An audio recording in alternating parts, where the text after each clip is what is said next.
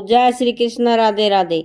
हम आपके लिए माघ मातम का 23वां और 24वां दोनों अध्याय लेके आए हैं। पसंद आए तो लाइक शेयर कमेंट करना और सब्सक्राइब भी कर देना। 23वां अध्याय इस प्रकार है। लोमस ऋषि कहने लगे कि जिस पिशाच को देवदूती ने मुक्त किया वह पहले द्रविड़ नगर में चित्र नाम वाला राजा था। वह बड़ा शूरवीर, सत्यपरायण तथा पुरोहितों को आगे करके यज्ञ करता था। दक्षिण दिशा में उसका राज्य था और उसके कोष धन से भरे हुए थे। उसके बहुत से हाथी, घोड़े और रथ थे और वह अत्यंत शोभा को प्राप्त होता था। बहुत सी स्त्रियों में क्रीड़ा करता था और अनेक यज्ञ उसने किए थे। वह नित्य अतिथियों की पूजा करता था और शस्त्र विद्या में निपुण था और ब्रह्मा, विष्णु, महेश तथा सूर्य की पूजा सदैव किया करता था। वह जंगल में भी स्त्रियों से घिरा हुआ क्रीड़ा किया करता था। एक बार वह पाखंडियों के मंदिर में गया और वेदहीन भस्म लगाए हुए पाखंडी महात्मा बने हुओं से उस राजा की बातचीत हुई। पाखंडियों ने कहा कि हे राजन, शैव धर्म की महिमा सुनो। इस धर्म के प्रभाव से मनुष्य पाप को काटकर मुक्त हो जाता है। सब वर्णों में शैव मत की मुक्ति का देने वाला है। शिव की आज्ञा के बिना दान, यज्ञ और तपों से कुछ नहीं बनता। शिव का सेवक होकर भस्म धारण करने, जटा रखने से ही मनुष्य मुक्त हो सकता है। जटा धारण करने तथा भस्म लेपन से ही मनुष्य शिव के समान हो जाता है। इसके बराबर कोई पुण्य नहीं है। जटा भस्म धारण किए हुए सभी योगी शिव के समान होते हैं। अंध, जड़, नपुंसक तथा मूर्ख सब जटा से ही पहचाने जाते हैं। शूद्र वर्ण के शैव भी पूजनीय हैं। विश्वामित्र अक्षत्रिय होकर तप से ब्राह्मण हो गए। वाल्मीकि चोर होकर उत्तम ब्राह्मण हो गए। अतएव शिव पूजन में किसी बात का विचार नहीं है। तप से ही ब्रह्मत्व प्राप्त होता है, जन्म से नहीं। इस कारण शैव का दर्शन उत्तम है तथा शिव के सिवाय दूसरे देवता का पूजन न करें। शिव तपस्वी को विष्णु का त्याग करना चाहिए, ना ही विष्णु की मूर्ति का पूजन करना चाहिए। विष्णु के दर्शन से शिव का द्रोह उत्पन्न होता है और शिव के द्रोह से सर्वादि नरक मिलते हैं। इसी से भवसागर से पार होने के लिए विष्णु का नाम भी न लेना चाहिए। शिव भक्त निशंक होकर जो शिव से प्रेम करता है वह कैलाश में वास करता है, इसमें कुछ संदेह नहीं। इस धर्म के पालन करने वालों का कभी नाश नहीं होता। इस पाखंडी के ऐसे वचन सुनकर राजा ने मोह में आकर उनका धर्म ग्रहण कर लिया। वह वैदिक धर्म को त्याग दिया, श्रुति, स्मृति और ब्राह्मणों की निंदा करने लगा। उसने अपने घर के अग्निहोत्र को बुझा दिया और धर्म के कार्य बंद कर दिए। विष्णु की निंदा और वैष्णवों से द्वेष करने लगा और बोला, कहाँ है विष्णु, कहाँ देखा जाता है, कहाँ रहता है, किसने देखा है। और जो लोग नारायण का भजन करते थे उनको दुख देता था। पाखंडियों का मत ग्रहण कर राजा वेद, वैदिक धर्म, व्रत, दान और दानियों को नहीं मानता था। अन्याय से दंड देता। वह कामी राजा सदा स्त्रियों के समूह में घिरा रहता और क्रोध से भरा रहता। गुरु तथा पुरोहितों के वचनों को नहीं मानता था। पाखंडियों पर विश्वास करता हुआ उनको गांव, हाथी, घोड़े और स्वर्ण आदि देता था। उसके सब कार्य करता, भस्म धारण करता और मस्तक पर जटा रखता था। और जो विष्णु का नाम लेता उसको वध का दंड दिया जाएगा। यह ढूंढी पिटवा दी थी। उसके डर से ब्राह्मणों तथा वैष्णवों ने उस देश को छोड़ दिया और दूसरे देश में चले गए। सारे देशवासी केवल नदी के जल से जीते थे। जीविका से दुखी होकर वृक्ष आदि नहीं लगाते थे, ना ही खेती करते थे। प्रजा अन्न के अभाव से गला सड़ा अन्न भी खा लेती थी। आचार, विचार, अग्नि क्रिया सबको छोड़कर काल रूप की तरह वह राजा शासन करता था। कुछ काल पश्चात उस राजा की मृत्यु हो गई और वैदिक रीति से उसकी क्रिया भी नहीं की गई।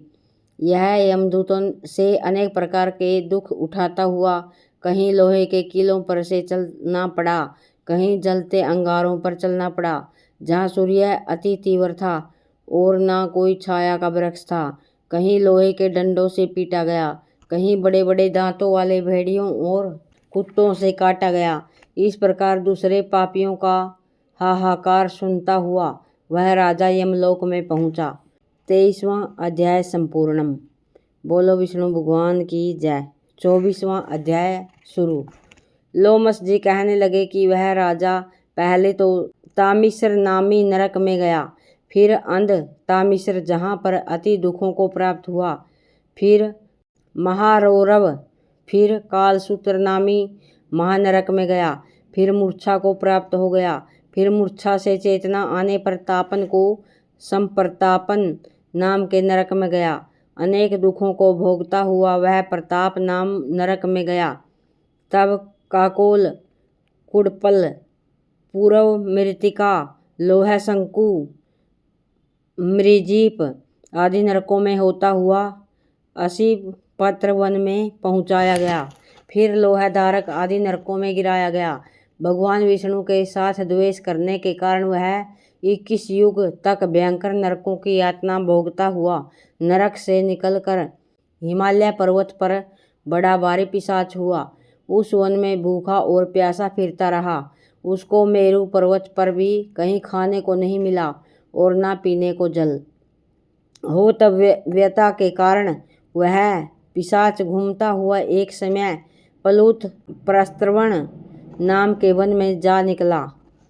बेहेड़े के वृक्ष के नीचे वह दुखी होकर हाय मैं मरा, हाय मैं मरा ऐसा जोर जोर से पुकारने लगा और कहने लगा कि भूख से दुखी मेरे इस जन्म का कब अंत होगा। इस पाप रूपी समुद्र में डूबते हुए मुझको कौन सहारा देगा।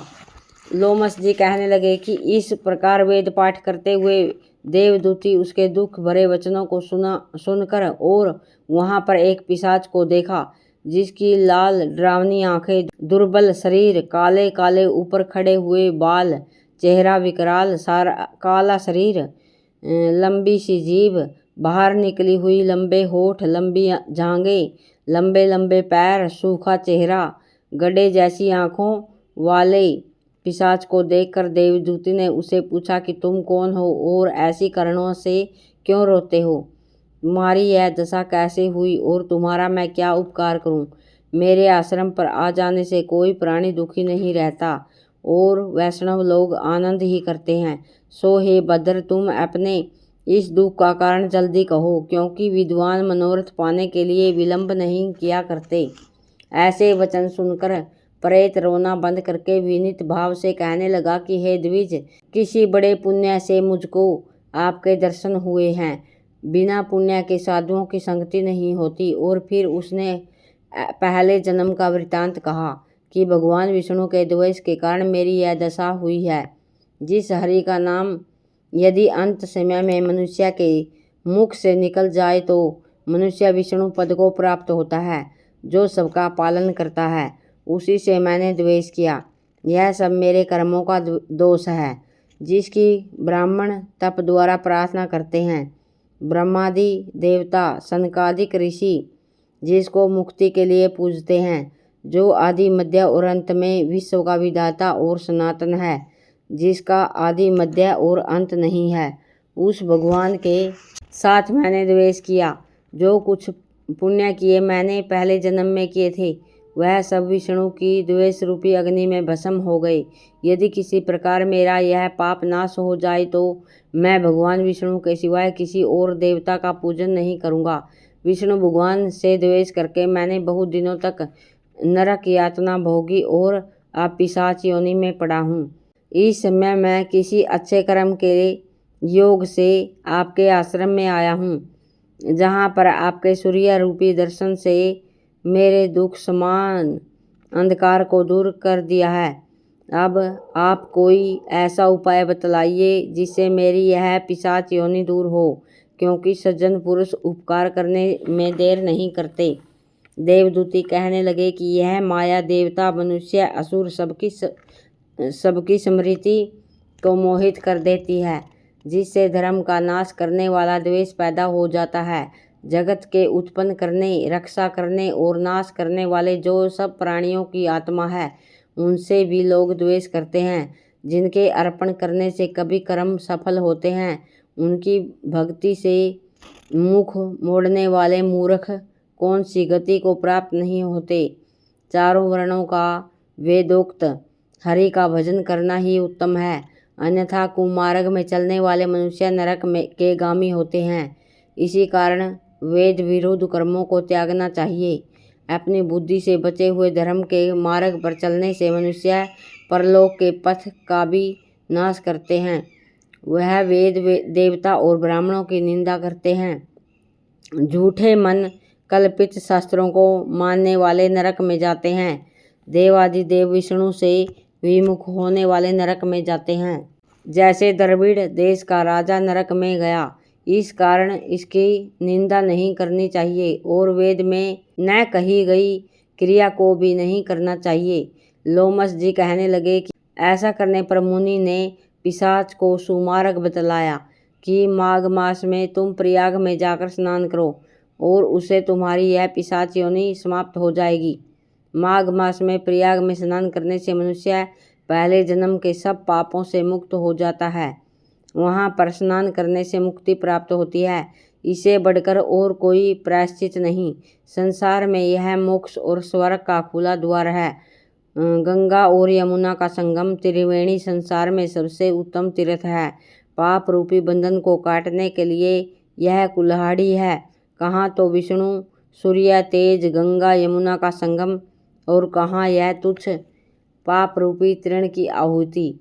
जैसे घने अंधकार को दूर करने वाला शरद का चंद्रमा चमकता है, उसी तरह संगम के स्नान से मनुष्य पवित्र हो जाता है। मैं तुमसे गंगा यमुना के संगम का वर्णन नहीं कर सकता, जिसके जल की एक बूंद के स्पर्श से केरल देश का ब्राह्मण मुक्त हो गया। ऋषि के ऐसे वचन सुनकर प्रेत के मन में अत्यंत शांति उत्पन्न हो गई, मानो सब दुखों से छूट गया हो। प्रसन्नता से उसने विनयपूर्वक ऋषि से पूछा। 24वां अध्याय संपूर्णम। बोलो विष्णु भगवान की जय। बोलो शिव शंकर महादेव की जय।